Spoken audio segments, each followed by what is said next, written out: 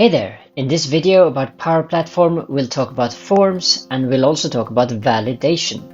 Now, validation when it comes to form is a very important topic. Why is that? Well, imagine that you're using forms to collect information. You want to make sure that that information that you are collecting is correct. And the way to ensure that is to ensure that you have some kind of validation, something that says that whatever we try to save is correct. Now, here in this example, we are looking at a form, and this form has two different input fields. I'm going to show you two different techniques for working with validation. So first, let's have a look at this first text input. It looks like a text input, but it also comes with a label. Now, this label is interesting because if you look at the visible property of this label, here we've selected visible, we can author a Boolean expression. So we can using the if function, and what we can say is that if text number, which is this one, if text number is numeric or it is blank, then we won't show the label, meaning that if it's blank, if it's numeric, we're good with it. However, if either of those fails, then we will actually show this as an error. So let's try to show this. You run this as a demo. So now it's saying it must be a number, and the reason why that is because this is a text. But if we make it blank, we see how it goes away. If we make this only numbers, we see how the error label is not showing. But if we start typing ABC, then immediately it shows us that validation. Now another way to do this is, instead of relying on the visible property for the label, we could instead look at the text input. If we instead look at the onChange event here, onChange, let's first explain what onChange means. OnChange is triggering, so this is an event that is triggering not only when you enter something in your text box, but you leave it, which means that you're losing the focus, which means that you, for example, you go from being in this text box, you're editing, you've changed it somehow, and you're moving into another text box. This causes you to lose focus from this original text box, and that will fire the event called onChange. Now what we're doing in onChange is to set a variable. So here we have a variable called showRequiredError.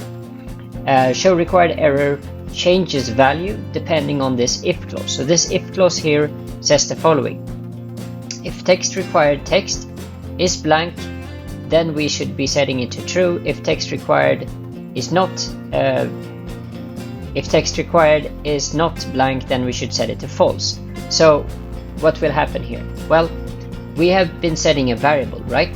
And if who's reading this variable, that's the million-dollar question. So if we look at the label here that's under here, we see that we have a label here that's actually reading the value of showRequiredError.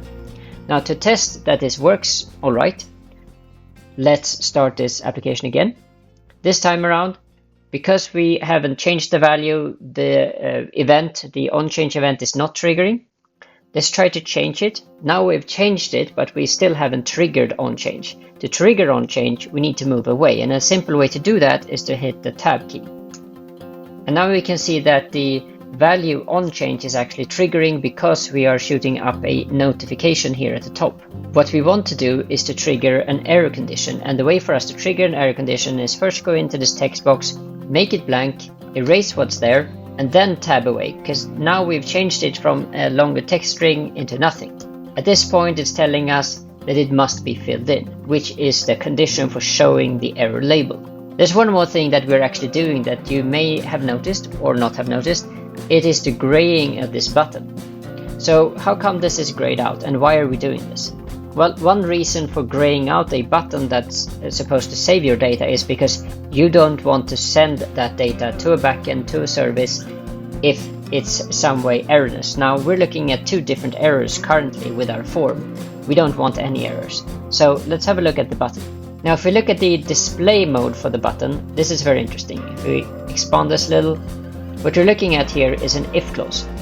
And this if clause is testing all the fields actually, because this one is saying if we have a match that someone in text number is typing something that is alphabetical, meaning the characters A through Z, then we have a problem because there should only be numbers in there. Or, we're saying or here, or show required error, meaning the other text box field somehow is triggering an error, then we have at least one error in our form, which means that we will disable this button. Now, if we don't have any errors, then we set the display mode to edit, meaning that we can press the button. So let's verify that this way of constructing it via the display mode property is actually working. So what we want is a form void of errors, and we want a button that is enabled. Let's run this demo again.